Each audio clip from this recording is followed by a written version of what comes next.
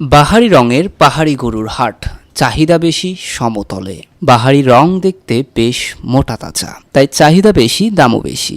এমন পশুর হাট বসেছে রাঙামাটিতে। শুধু রাঙামাটিতে ক্রেতাদের নয়, এসব পশুর প্রতি আকর্ষণ সমতলেও রয়েছে। তাই প্রতিদিন ট্রাকে করে ঢাকা ও চট্টগ্রামে রপ্তানি করা হচ্ছে রাঙামাটির পশু। ব্যাপারীরা বলছে সমতলে পাহাড়ি গরুর দাম মিলে কয়েক গুণ, তাই স্থানীয় বাজারের চেয়ে রপ্তানিতে লাভ বেশি। ঈদের বাকি মাত্র 5 দিন।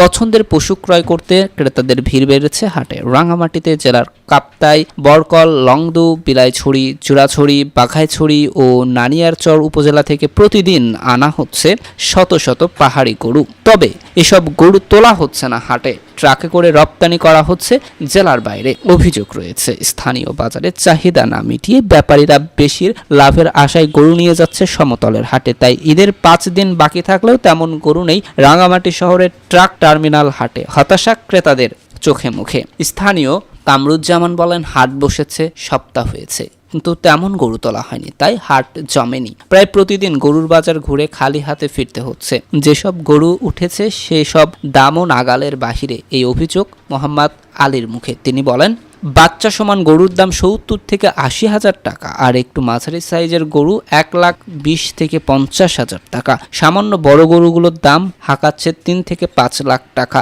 এছাড়া সমতলের সাথে পাল্লা দিয়ে গরু ব্যাপারী ও দালালদের সিন্ডিকেটের বড় গরুর দাম 7 থেকে 8 লাখ টাকা পর্যন্ত তুলেছে।